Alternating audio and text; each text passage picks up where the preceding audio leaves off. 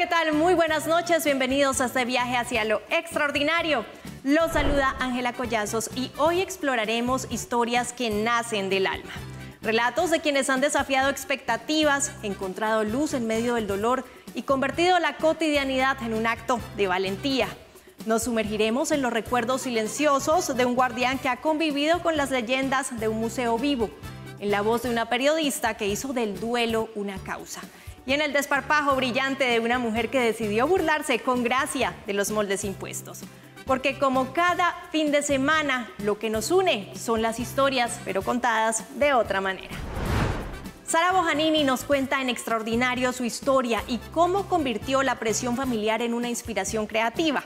Cansada de los sermones de sus tías sobre cómo debería ser una mujer decente, casarse bien, tener hijos y seguir la tradición de la estirpe femenina de la familia, decidió tomar el camino opuesto, el de la autenticidad. De un largo proceso de autoaceptación nació su personaje, la tía Clemencia, donde canalizó su irreverencia y entre chistes y sarcasmos se atreve a hablar sin tapujos ni filtros en sus redes sociales sobre el amor, la libertad y las absurdas expectativas impuestas a las mujeres. Además, Menfi Méndez, una periodista barranquillera, enfrentó la pandemia del COVID-19 con compromiso, decidida a informar a su audiencia con la verdad en medio del caos. Pero lo que comenzó como una misión profesional se tornó profundamente personal. El virus le arrebató a sus padres y a varios de sus seres queridos, sumiéndola en un duelo desgarrador del que le fue difícil salir. Desde ese dolor, Menfi encontró fuerza para transformar su historia en esperanza. Luego de 5 años, hoy lidera Valientes, un espacio de acompañamiento para quienes, como ella, están aprendiendo a vivir con la ausencia y a sanar desde la empatía. Y en Cartagena, Moisés Álvarez ha sido el guardián del Museo de la Inquisición de Cartagena por más de 30 años. En ese tiempo ha visto más que vitrinas, documentos y objetos antiguos, muchos de ellos aterradores. También ha sido testigo de primera mano de sus leyendas, las supersticiones que rodean cada pieza, y tanto que las brujas que buscaron desaparecer en su momento aún parece rondar por sus oscuros pasillos. Pero más allá de esto, con dedicación y respeto, ha cuidado de este lugar, que más que un palacio es un monumento histórico para Colombia, para que el pasado y la memoria no mueran. La historia de un hombre que convirtió su trabajo en un acto de amor por la historia y también por el misterio.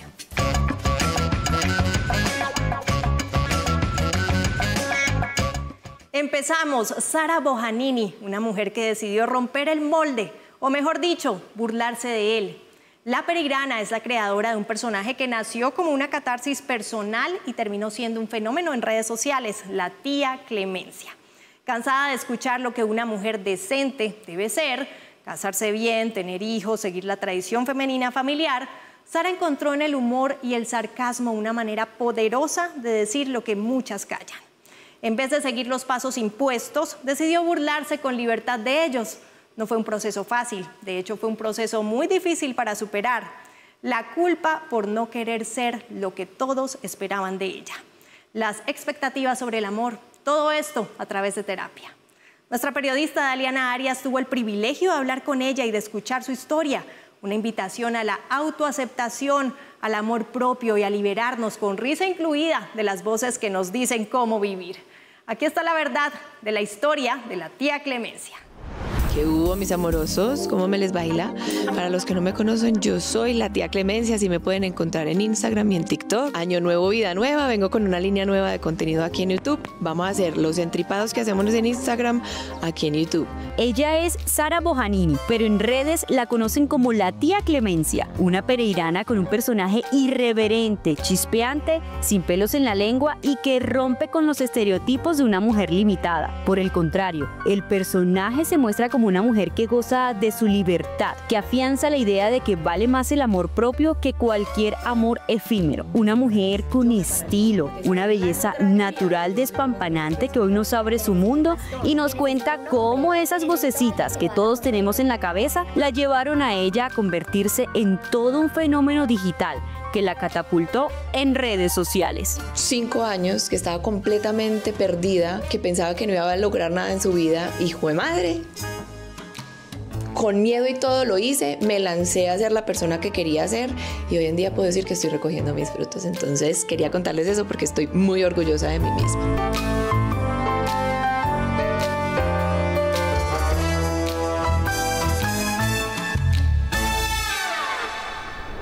Oiga, usted a mí sí me gusta mucho y todo, pero es que yo soy mala para que me dejen en visto, para que me hablen cada 3 días y para que no muestren ningún tipo de interés en lo que yo soy o quiero ser. Como diría la tía Clemencia, el mejor es fincarme cagado. Con este video, que suma casi 3 millones de vistas en TikTok, nació la tía Clemencia, un personaje nacido en la pandemia en medio de una situación personal de Sara, que la llevó varios años a terapia. De las constantes charlas que la llevaban a un proceso de introspección y reflexión, descubrió que había una herramienta con la que podía entenderse a sí misma, y era ponerle nombre y apellido a esas voces internas y a esa culpa con la que cargaba por no encajar en lo que los demás esperaban de ella. Estaba súper rebelde como con los coros familiares, digamos que a mí me criaron para conseguirme un buen marido, ser una buena esposa trofeo y criar sus hijitos. Digamos que en las referencias femeninas que tenía, eso era lo que veía. A mis tías les fue muy bien, eligieron muy bien sus hombres, les gusta criar, es una cosa que disfrutan, es su deseo, ¿cierto? Lo hacen muy bien, crearon una comunidad alrededor de eso y yo crecí, nací en esa comunidad, siendo parte de como esa forma de existir. Pero muy rebelde, muy, sí, como pensando que quería otras cosas diferentes, pensando que yo en mi interior era muy distinta, que no quería entregar mi vida a la crianza, que no quería entregar mi vida a un hombre, que no quería entregar mi vida como a lo mismo que ellas, y eso me generó culpa de todas las maneras posibles. En ese momento estaba pasando por una relación a la que ella calificó de horrorosa y mala, y se llenó de valor, se pintó sus labios de un rojo intenso, encendió la cámara de su celular y grabó un video diciendo lo que pensaba sobre su situación. Se fue a la cama como todos los días, pero al despertar se dio cuenta que se había hecho viral. Allí comenzó todo este viaje que le ha valido la admiración de millones de mujeres. Primero, un shot de dopamina para el cerebro raro de recibir, o sea, como que como una aprobación de la gente de la nada, en potencia, eso es raro para el cerebro. Y 2, pues yo dije, a mí esto me parece divertido.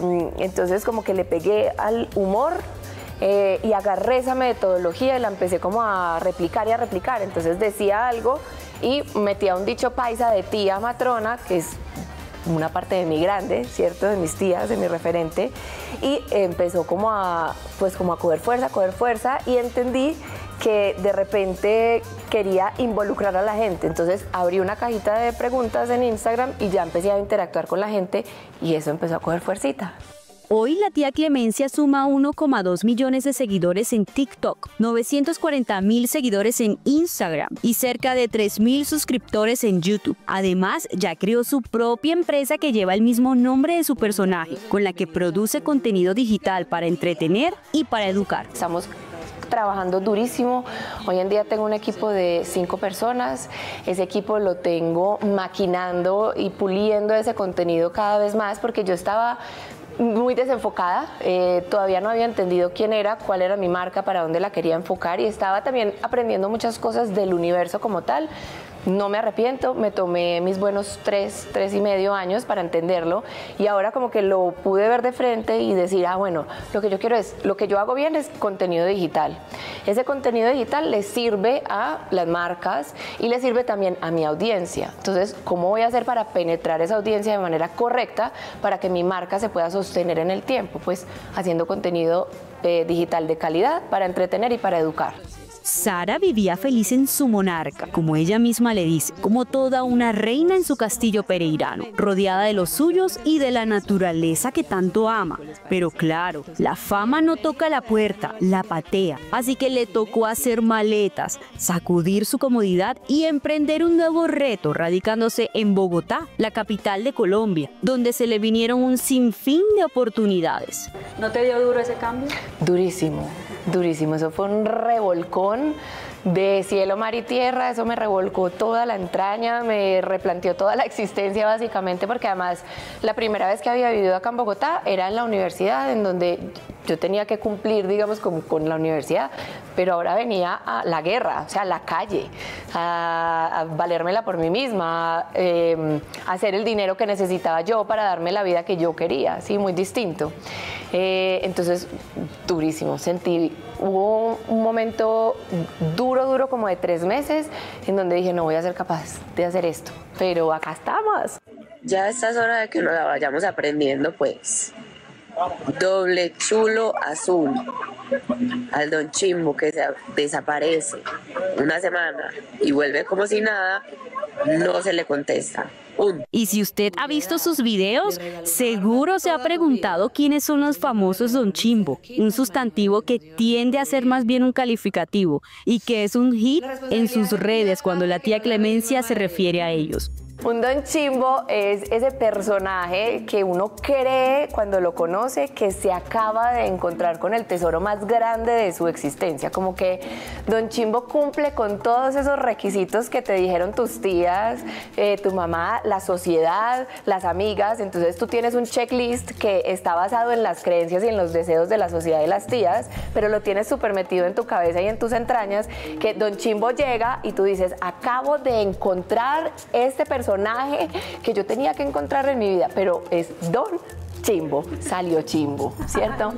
No tiene nada para ofrecerte en realidad desde el fondo, sino es puro empaque y pura forma, pero es irresponsable, no tiene ni idea qué quiere, cree que una relación es inflando y haciendo botellas, entonces no está dispuesto pues a comprometerse realmente y a decidir estar ahí todos los días para construir.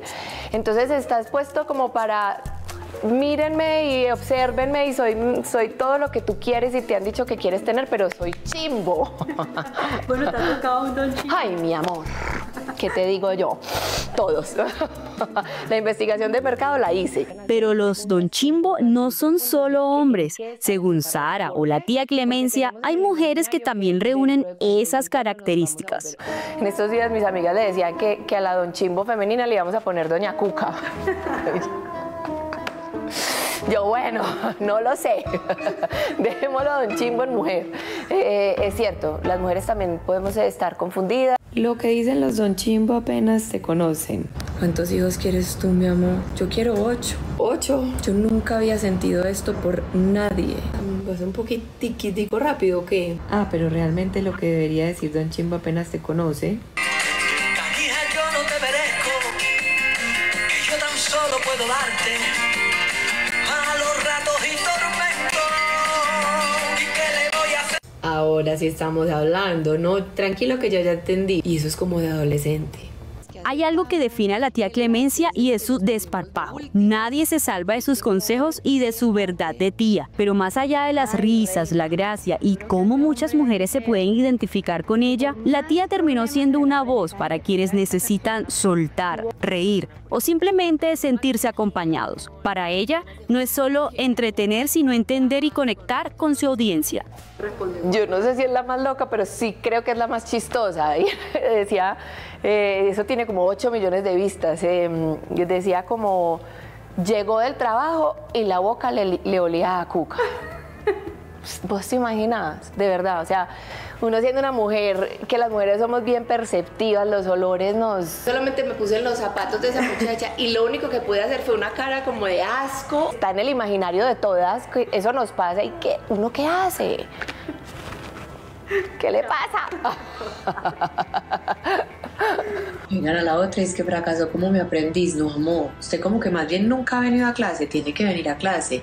Aquí aprendemos que nosotras somos capaces de todo lo que se nos dé la gana, incluso de hacer plata. Aprender a pedir plata, no. Ni me interesa enseñarles. Y menos pedirle plata a un viejito que nos quiere ver en cucos. No, hombre, no. A mí no me enrede, no señora. Venga a clase. Aunque muchos solo conocen a la tía, Sara es mucho más. Es administradora de empresas y maquilladora artística de profesión. Y no se queda quieta, su mente vuela y no descansa. Tanto que ahora tiene otros grandes proyectos por los que está trabajando y preparándose para poder hacerlos realidad. Estoy escribiendo un libro. Está quedando bacanísimo, estoy feliz, o sea, me he divertido muchísimo escribiendo ese libro, está quedando muy bacano. Grabé una novela, una serie para televisión el año pasado, también va a salir esa serie. Y estoy estudiando stand-up comedy. Estoy estudiando juiciosa stand-up comedy y quisiera lanzarme al ruedo, porque dicen, o sea, mi profesor me dice que la única forma que uno puede aprender a hacer stand-up comedy es haciéndolo, o sea, lanzándome al bar con borrachos a hacer stand-up comedy. Entonces vamos a ver si lo logro, porque es una cosa que o sea, es difícil y tengo una empresa que sostener, y entonces sacarle tiempo a eso es difícil, pero es una cosa que me llena el alma y lo quiero hacer. Vamos a ver, no me les comprometo todavía. Sus días siempre están llenos de mucho trabajo. Los lunes inician con muchas reuniones de planeación de lo que será su semana. Tiene un día en específico donde solo se dedica a grabar contenido. Y los viernes está haciendo radio, algo nuevo pero muy divertido para ella. Lo máximo. Me ha parecido como que encajo, como que es una parte de mí que había que explorar de cierta manera. Es el programa de la mañana en Vibra Bogotá. Y digamos que la intervención es 100% desde la tía Clemencia, entonces las personas, vamos a abrir una sesión, se llaman los entripados de la tía Clemencia, pero en radio, entonces la gente llama a sacar sus entripados, lo que tienen en la tripa, ¿sí? Y entonces, no sé, tía Clemencia, es que mi hija tuvo una mala experiencia con su primera relación sexual, que nada, le pasó esto y esto, ¿qué hago? Entonces la tía Clemencia se pone en modo tía y contesta, bacanísimo. Lo que empezó como algo espontáneo, hoy es una comunidad. La tía Clemencia conecta, acompaña y hace reflexionar y temblar a todos los que la siguen con sus consejos directos y sin tapujos. Ella nunca se llegó a imaginar que sería lo que es hoy en día y se da un mensaje a sí misma por todo lo que ha superado y lo que ha logrado en la vida con su propia esencia. ¿Qué le dirías tú a la Sara de antes de pandemia y qué le dices ahora a la que ves hoy en día? No, a la Sara de pandemia le digo, antes de pandemia le digo que respire, que no está tan grave como ella lo tiene en su cerebro. Y también le digo que gracias también por sentirlo tan profundo y tan grave, aunque no lo fuera. Hoy en día lo veo y digo, no era tan grave, pero en ese momento se sentía tenaz. Entonces le agradezco por su forma intensa de sentir la vida.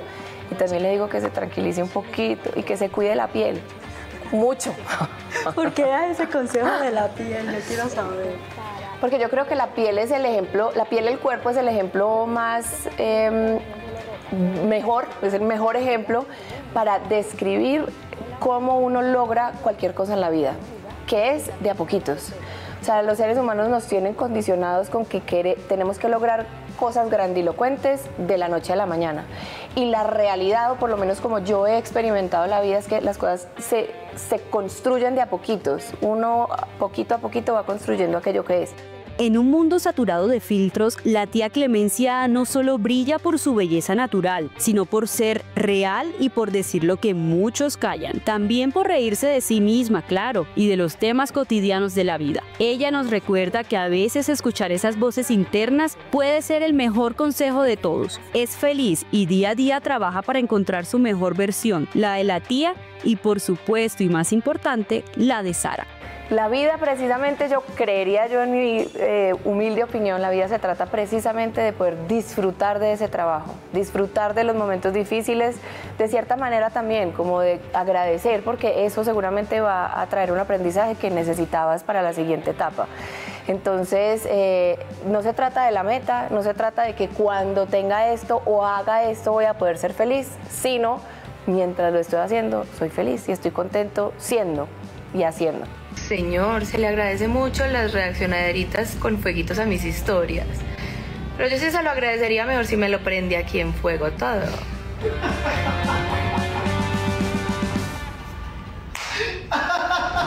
Gracias por continuar con nosotros en este viaje hacia lo extraordinario.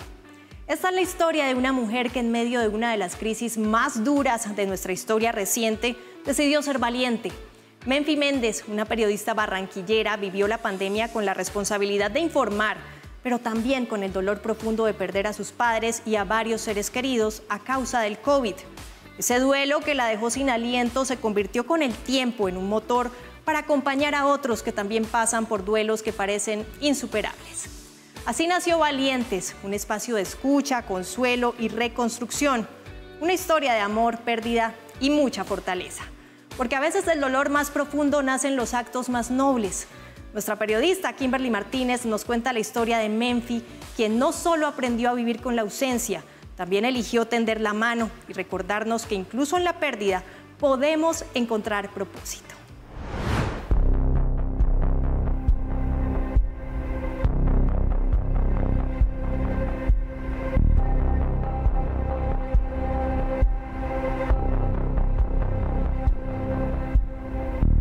A finales del año 2019, el mundo entero empezó a escuchar la palabra coronavirus, una enfermedad que en ese momento se veía bastante lejana para Colombia y que incluso muchos pensaron que jamás llegaría.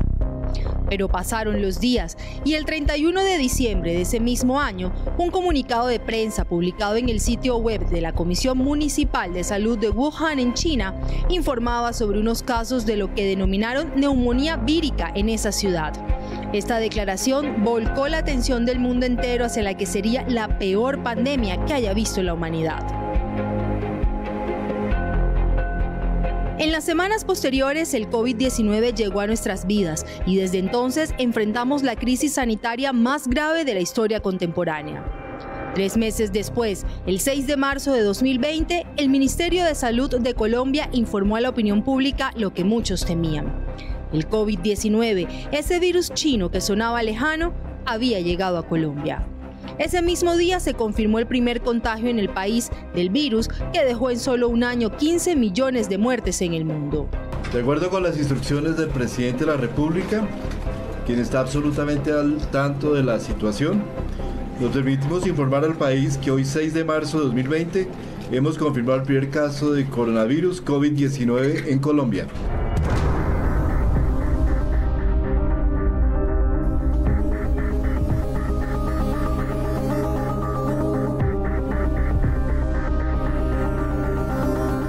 Se trataba de una joven de 19 años que había llegado al país procedente de la ciudad de Milán, Italia, con los síntomas propios del virus: fiebre, pérdida de olfato y gusto, dolores de cabeza, entre otros. Después de que el centro médico le tomara las muestras pertinentes, el Instituto Nacional de Salud confirmó que esta paciente era el caso número 1 de los millones que tendría el país. Para entonces ya eran 96 los países que habían detectado el virus. Colombia se convirtió en el 6º en América Latina en hacerlo, luego de Ecuador, Brasil, Chile, Perú y México. Tras ese anuncio, se tomaron medidas con las que se buscaba evitar la propagación del temido COVID-19. El uso obligatorio del tapabocas, el confinamiento, el pico y cédula, los toques de queda, el teletrabajo y la educación virtual. Pero a pesar de tantos esfuerzos, también fuimos testigos del desbordamiento de las camas de cuidados intensivos y de los servicios funerarios a causa del contagioso virus. El Atlántico fue uno de los departamentos que más sufrió por cuenta del COVID-19. El tapabocas se convirtió en ese compañero infaltable para todos. Sin embargo, los contagios se dispararon. En estos años se reportaron más de 420.000 casos y lastimosamente 10.265 personas perdieron la vida. Entre esas, la familia Méndez Mejía, que perdió a 4 de sus miembros.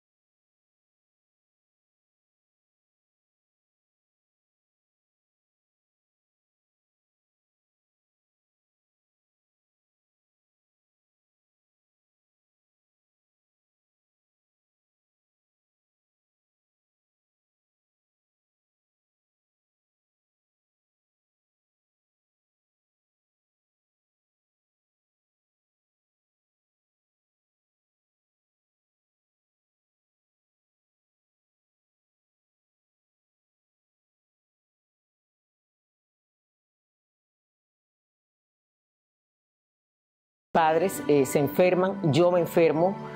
Ahorita no podría tener como con exactitud la precisión de decirte quién trajo el virus a la casa, pero los tres nos enfermamos. Yo trabajaba para una emisora nacional y allí también resultaron varios compañeros de trabajo afectados por la pandemia y pues todos hicimos como una pausa, comenzamos a trabajar desde nuestras viviendas, pero ya yo estaba contagiada. Prácticamente al tiempo mis padres se hacen la prueba, resultan positivos. Creíamos por ser unas personas vigorosas, por ser unas personas de buena salud y que además amaban el ejercicio, amaban alimentarse bien, que íbamos a salir adelante, pero al contrario lo que pasó fue que con el paso de los días la situación se fue tornando más compleja en materia de salud, el ánimo que al principio tenían fue desmejorando y finalmente tocó internarlos en una clínica de la ciudad donde a las semanas hubo que pasarlos de hospitalización a UCI y allí muy lamentablemente para mí y para los míos, ambos fallecieron con 10 días de diferencia.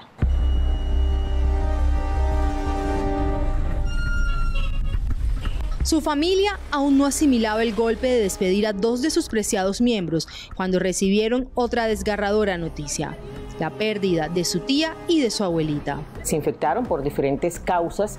Mi abuela sí tenía varias complicaciones ya de salud, comorbilidades como le llamaban en ese tiempo, y la llevaron, la internaron y ella falleció coincidencialmente al día siguiente de mi madre. Entonces ya prácticamente todos los familiares nos encontrábamos allí. Finalmente mi tía, que tenía cerca de 47 años, una docente de la Universidad del Atlántico, lista ya para hacer una maestría en el exterior, lamentablemente también se infectó. La llevamos a la clínica y estuvo por un par de semanas, pero ella era como nuestra cuota de esperanza. Sí, o sea, ya habíamos perdido a nuestros padres, ya habíamos perdido a nuestra abuela paterna y ella era la más joven del grupo, por lo que pensábamos que iba a salir adelante de esto.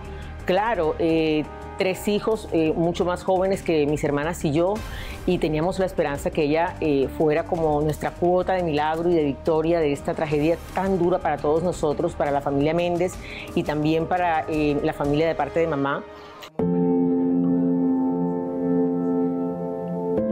Para Menfi fueron momentos muy difíciles en los que incluso llegó a pensar que tenía la culpa de que todos se hubieran contagiado. Lo pensé y lo pensé todo el tiempo. Ese pensamiento estuvo acompañándome siempre, solo que nunca lo expresé. Creo que es la primera vez que hablo de esto, nunca lo expresé porque en ese momento cada quien estaba como viviendo su propio dolor. No sé si de manera individual también otras personas de mi familia lo pensaron, pero ellos, creo que una prima muy inteligente que es médico, ella decía: Menfi, tu papá salió a tal lugar, tal vez allí lo tomó, o tu mamá a tal otro. O sea, trataban como de poner historias como para que yo estuviera tranquila, pero yo tengo casi la absoluta certeza que fue a partir de mi contagio.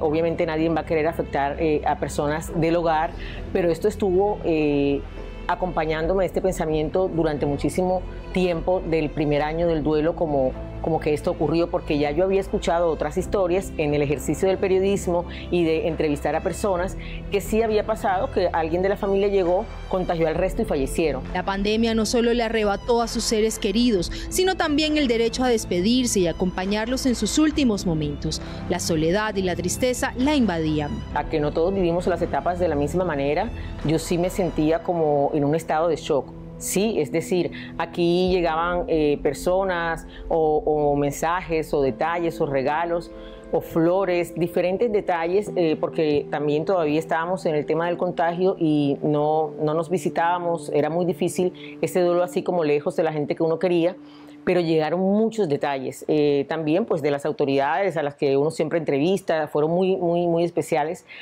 Pero yo, a pesar de ver todo esto que llegaba a mi casa, por dentro yo me sentía como en un estado de shock, como que esto no pasó, como cuando uno le dan un golpe muy fuerte en la cabeza y uno queda totalmente desorientado. Yo me sentía desorientada.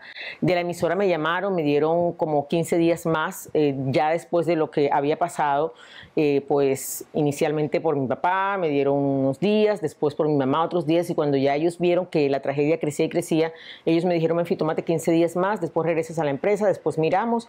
Así lo hice, decidirme para Medellín, pero yo amo esa ciudad.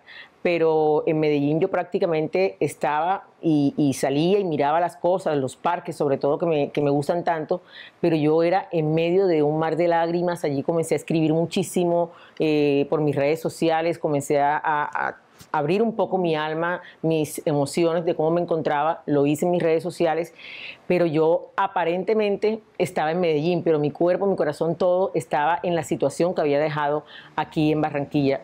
Ella, que siempre se había caracterizado por su fortaleza y su capacidad para narrar la realidad con una precisión que solo los grandes periodistas logran, se vio enfrentada a una tragedia personal que la obligó a replantearse todo en la vida. Debo decirte que yo no regresé a Dios, sino que Dios regresó su mirada a mí. Nunca la quita, pero yo sentí que en este tiempo que estuvimos pidiéndole a Él, mientras ellos estaban en la clínica y rogándole por un milagro, creo que Él hizo algo en mí. Él me conectó nuevamente con la espiritualidad. Él me conectó nuevamente con la esencia de lo que nos enseñaron nuestros padres cuando éramos muy niñas, de llevarnos a la iglesia y todo esto. Y creo que a partir de allí yo no salía para ninguna parte. O sea, yo solamente iba para el trabajo y me nació comenzar a ir nuevamente a la iglesia. Su vida dio un giro inesperado, sumiéndola en un abismo de confusión. Incapaz de sobrellevar sola el peso de estas pérdidas, tuvo que reunir fuerzas para pedir ayuda y dar los primeros pasos en el camino hacia la sanación de sus heridas. En momentos claves yo dije, es que nadie puede solo, y menos una situación como estas. Entonces comencé a tocar puertas de las personas que yo creía podían tener empatía con mi situación y podían orientarme a algo más, a algo que de pronto fuera de carácter profesional para lograr salir adelante de esta situación. Entonces yo creo que lo peor que podemos hacer en cualquier situación de pérdidas que nosotros vivamos es quedarnos callados. Yo dije, voy a asistir donde un psiquiatra para que él me diga cómo estoy. Me dijo, Menfi, tú estás en depresión y necesitas medicarte. Entonces yo sé que no todas las personas de pronto cuentan con la fortaleza para aceptar que necesitan ayuda, pero creo que es lo más sanador y la forma como podemos salir adelante en estos procesos, porque después tenemos reacciones que desconocemos y que no esperamos de nosotros mismos, de rabia, de enfermedades, etcétera, porque no hemos hecho estos procesos como debemos hacerlo. Hace año y medio y con solo una diferencia de 10 días, la vida me los arrebató. Desde el 21... Aunque la tragedia personal de Menfi se viralizó rápidamente, ella decidió compartir su experiencia abiertamente. A través de sus redes sociales narró su dolor, confusión y sufrimiento sin filtros, permitiendo que otras personas en duelo encontraran consuelo y supieran que no estaban solos en su tristeza. Esos mensajes, videos y posts se empezaron a convertir en esperanza para aquellos que, como ella, sufrieron pérdidas irreparables. Comencé a mirar que las publicaciones que yo hacía en mis redes sociales sobre el duelo estaban comenzando a tener una respuesta, un impacto, y yo dije, bueno, pero yo conozco algunas personas que son psicólogas, qué sanador sería si nos reunimos quienes estamos en duelo, por lo menos los más cercanos a mí, y tenemos alguna charla, alguna orientación profesional, porque lo que yo soy es periodista, pero sí puedo direccionar a que todo esto se lleve a cabo. Y así fue como nació Valientes, un espacio que precisamente crece desde la valentía de Menfi de poder contar su historia, pero también de poder acompañar a quienes atraviesan un duelo. Poco a poco su idea se fue consolidando y en octubre de 2022 organizó su primer taller para personas que también habían sufrido la pérdida de un ser querido, con el apoyo de profesionales en el tema. Comencé a promocionar ese primer encuentro por redes sociales y conté con el apoyo de la psicóloga Haichel Benito. Ella es excelente y allí estuvo con nosotros, fue maravilloso, fue sanador. Ella es de las profesionales que dice que si abre alguna herida en esa terapia debe cerrarla, ¿sí? Entonces las personas tuvieron la oportunidad de contar a quién habían perdido, qué situación estaban viviendo, de pronto qué los estaba impidiendo avanzar en ese proceso de sanidad, y las recomendaciones de la doctora Haichel fueron maravillosas. Allí también hicimos ejercicios de relajación, de estiramiento, compartimos todo y creo que fue muy valioso tanto para mí como para las personas que allí se encontraban. Valientes se ha convertido para Menfi en su espacio para sanar.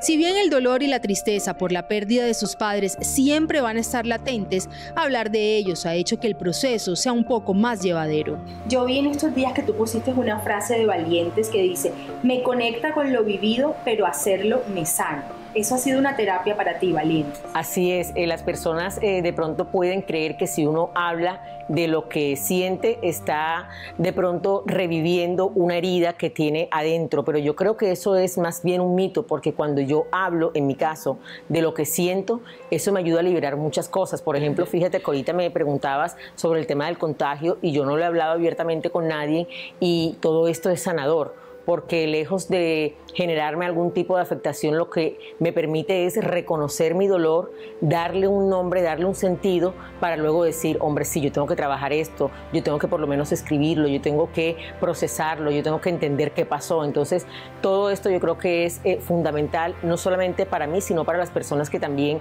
tienen a bien de ver todo el contenido que yo publico en redes sociales alrededor de esto. Hoy, Menfi es una persona distinta a la que era antes de la pandemia. Su sonrisa ha cambiado y el brillo en sus ojos ya no es el mismo. Sin embargo, en lo más profundo, su esencia sigue intacta, resistiendo el paso del dolor y el tiempo. Yo era una persona que entre mis colegas salía muchísimo. Llegaba el fin de semana o incluso antes y ya teníamos de pronto planes, a comer, a rumbear, a pasarla bien, etc. Éramos muy unidos, por lo menos los de la misma fuente que cubríamos orden público. Luego pasa esto y ni siquiera ellos, y creo que muchas amistades no sabían cómo manejar la situación, y me quedé muy sola, muchas personas me dejaban un mensajito, de pronto una llamadita, pero en general me quedé muy sola porque yo pienso que nadie está preparado para acompañar a una amistad en este sentido, ¿sí? Entonces ahora lo entiendo, y luego yo misma fui a buscar a las personas que de alguna forma se habían alejado. Su historia es un testimonio de valentía y resiliencia, una prueba del poder sanador de la escritura y la narración. Nos recuerda que incluso en medio de las peores tragedias siempre existe un camino hacia la esperanza y la reconstrucción.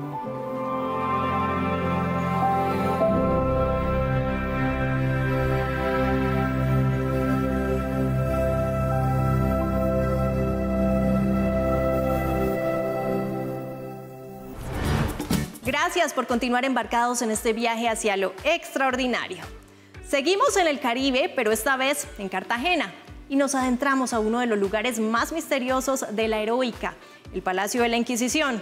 Desde hace 30 años ha estado allí Moisés Álvarez, quien ha sido su más fiel guardián. Un recinto cargado de memoria, misterio y leyendas que parecen comunicarse entre sus muros. Con paso tranquilo y mirada atenta ha sido testigo de todo, de los visitantes curiosos, de los secretos que no salen en los libros y de las sombras del pasado que aún parecen respirar allí. Pero más allá de esto, con dedicación y respeto, ha cuidado de este lugar, que más que un museo, es un monumento histórico para Colombia, para que el pasado y la memoria no mueran. Esta es la historia de un hombre que convirtió su trabajo en un acto de amor por la historia y también por el misterio, contada por Julie Sainz. Adentrarse en el Palacio de la Inquisición de la Heroica, hoy conocido como Museo Histórico de Cartagena, es sin duda alguna viajar en el tiempo. Es conocer cada detalle de la conquista española, de la independencia y, por supuesto, de los mitos, leyendas, prácticas mágicas que rodean este monumento. Y es ahí donde encontramos a su guardián, al guardián de tantas historias que reposan en este recinto que preserva parte importante de la historia de Colombia. Se trata de Moisés Álvarez Marín, y es que así, tal y como se le ve, colorido y con sombrero, llega todos los días a su segunda casa, o más bien, a su segundo palacio, el de la Inquisición, donde ha pasado más de 30 años entre libros, archivos, talleres y conversatorios, por supuesto, llenos de grandes historias. En el año de 1989 llegué a servir como asistente de investigación del historiador Eduardo Lemaitre, entonces presidente de la Academia de Historia de Cartagena. Así que hice parte de su equipo de trabajo durante más de 15 años, lo cual me permitió adentrarme en el conocimiento de la historia de la ciudad. Tuve oportunidad de conocer su biblioteca, de cambiar muchas ideas, de tal manera que Eduardo Lemaitre fue como un gran maestro y el gran inspirador de todo el trabajo que posteriormente se ha hecho, porque gracias a esas luces, gracias a esa formación, a esa visión que tuvo Eduardo Lemaitre, poco tiempo después insistimos con el apoyo de él ante la Alcaldía Mayor de Cartagena y logramos, dentro de esa gran reforma, crear el archivo histórico.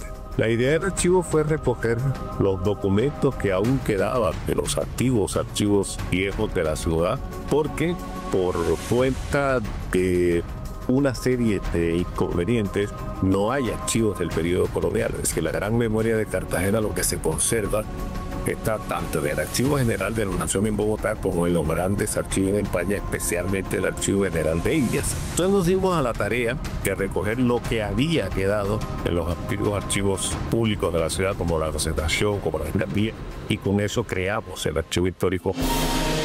Casi todas las ciudades, especialmente las del Caribe colombiano, por estar ubicadas y que en un sitio donde hay alta concentración de humedad, eso propicia las transmisiones para que los papeles se deterioren en un tiempo realmente rápido.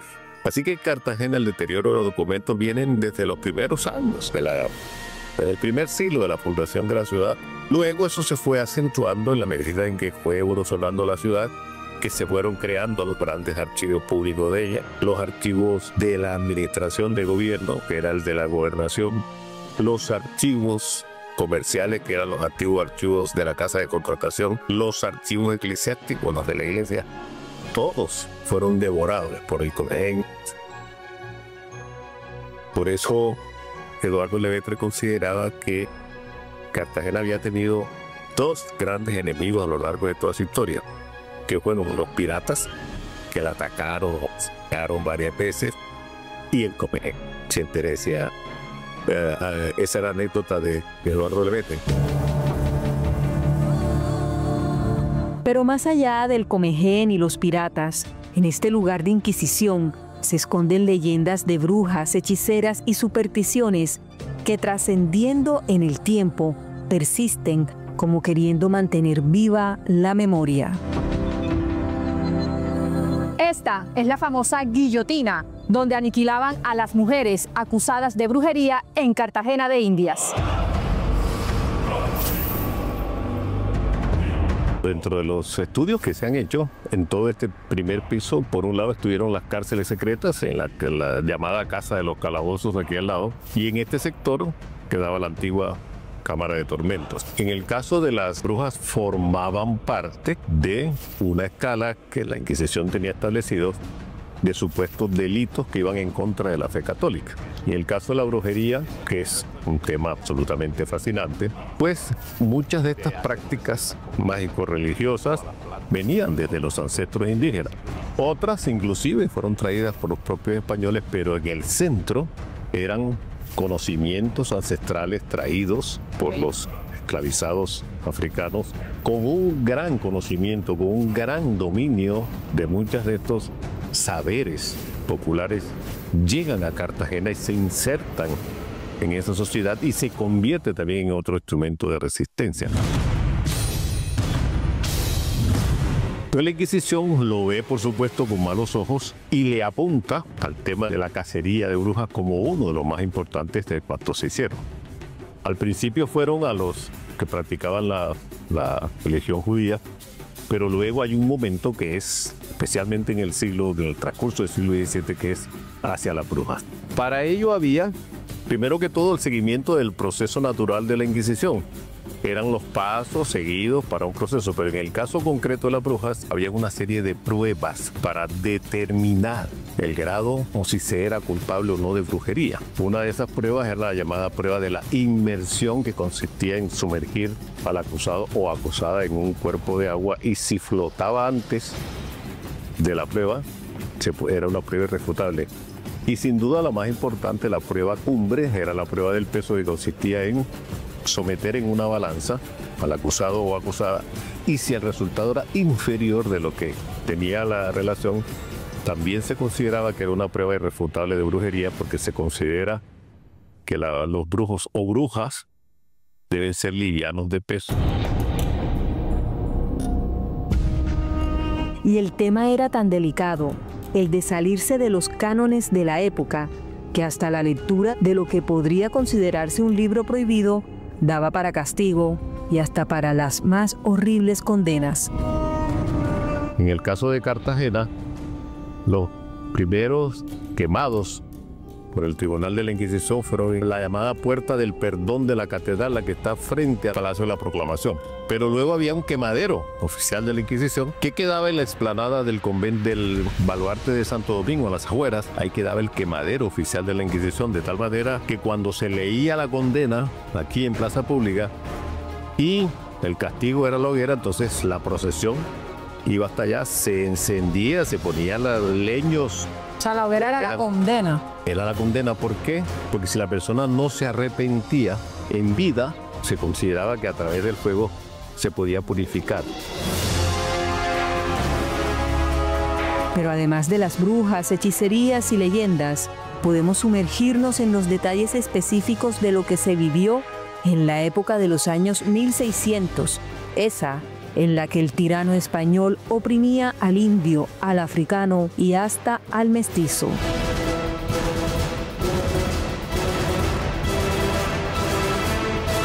Los galeones fondeaban en la bahía y de allá se bajaban todas las mercancías en una especie de bongos. Como decir hoy en día canoas. Exacto. Bajando y subiendo todas las mercancías.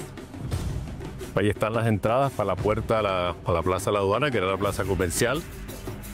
Y por supuesto, la subasta de negros, que es la que se ve ahí. Ahí llegaba el mejor postor y compraba un esclavo.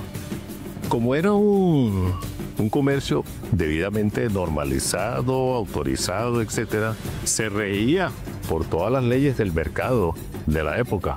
Una persona invertía la compra de un esclavo aquí, que aquí además valía mucho más, es decir, era el gran negocio. Y ese negocio estaba debidamente autorizado por las grandes potencias, es decir, España le concedía a Portugal, o le concedía a Francia, o le concedía a Inglaterra la concesión para traer esclavos. Una vez aquí, se sometían a una subasta. Dependiendo de las épocas, dependiendo de el estado físico, de las características físicas de los esclavos, así habían unas escalas de valores.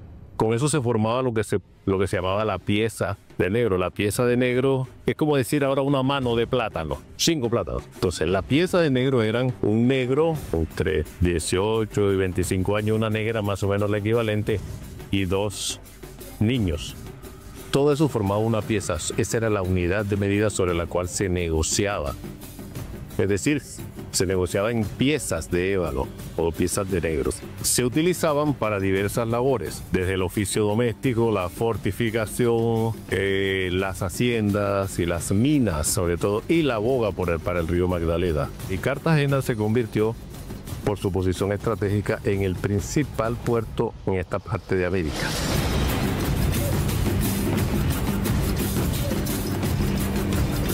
Este rincón está dedicado a la memoria de uno de los acontecimientos más trascendentales que ocurrieron en Cartagena y que tuvo una resonancia mundial. En 1741 fue atacada la ciudad por el famoso almirante Vernon, que vino con 23.600 hombres a atacar a Cartagena. Y Cartagena solo tenía para la defensa unos 5.000 soldados, pero estaban al mando el gran Blas de Lezo, que de manera inexplicable, de manera increíble, logró vencer a los ingleses en Cartagena en 1741. Por eso, Blas de Lezo es considerado como uno de los grandes defensores de la ciudad. En el museo, además de su retrato, que es una copia del que reposa en el Museo Naval de Madrid, también tenemos una réplica de la espada que fue donada por la Fundación Blas de Lezo, y una réplica de las famosas medallas acuñadas por Vernon, que estaba tan seguro que Cartagena caía que mandó a acuñar unas medallas en señal de que había ganado. Y en esas medallas aparece Blas de Lezo arrodillado delante de Vernon. Con la derrota de Vernon, Las medallas no llegaron en ese momento, llegaron posteriormente y de manera insólita conmemoran un hecho que no ocurrió, que fue la caída de Cartagena en 1741. Por ese solo hecho, Cartagena tuvo una gran figuración mundial, podríamos decir, porque fue parte de toda una serie de acontecimientos que marcaron el final de la guerra entre las grandes potencias en el siglo XVIII. Vinieron más guerras, pero esta de Cartagena fue definitiva en 1742.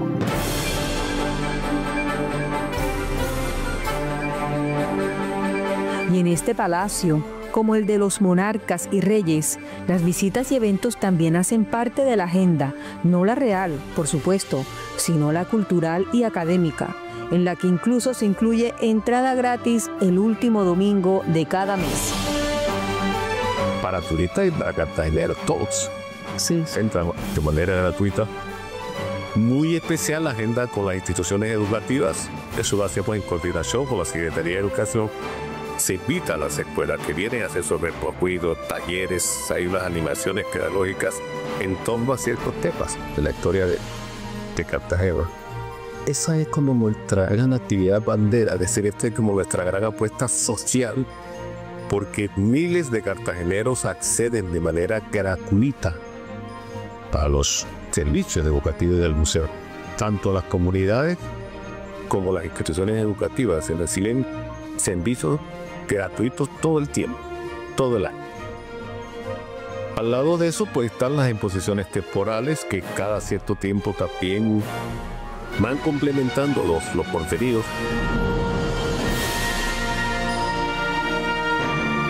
Y así, entre andar y andar, entre historia e historia, el guardián del Museo Histórico de Cartagena, Moisés Álvarez Marín, quien por más de 30 años ha custodiado este palacio, demuestra con orgullo y sabiduría por qué este sitio, visitado por aproximadamente más de 150.000 personas al año entre locales, nacionales e internacionales, sigue siendo ese lugar icónico y atractivo que con salas renovadas y a la vanguardia de la museografía contemporánea, revela que Cartagena es la cuna de la independencia en Colombia y en América Latina. Como Cartagena, no hay otra.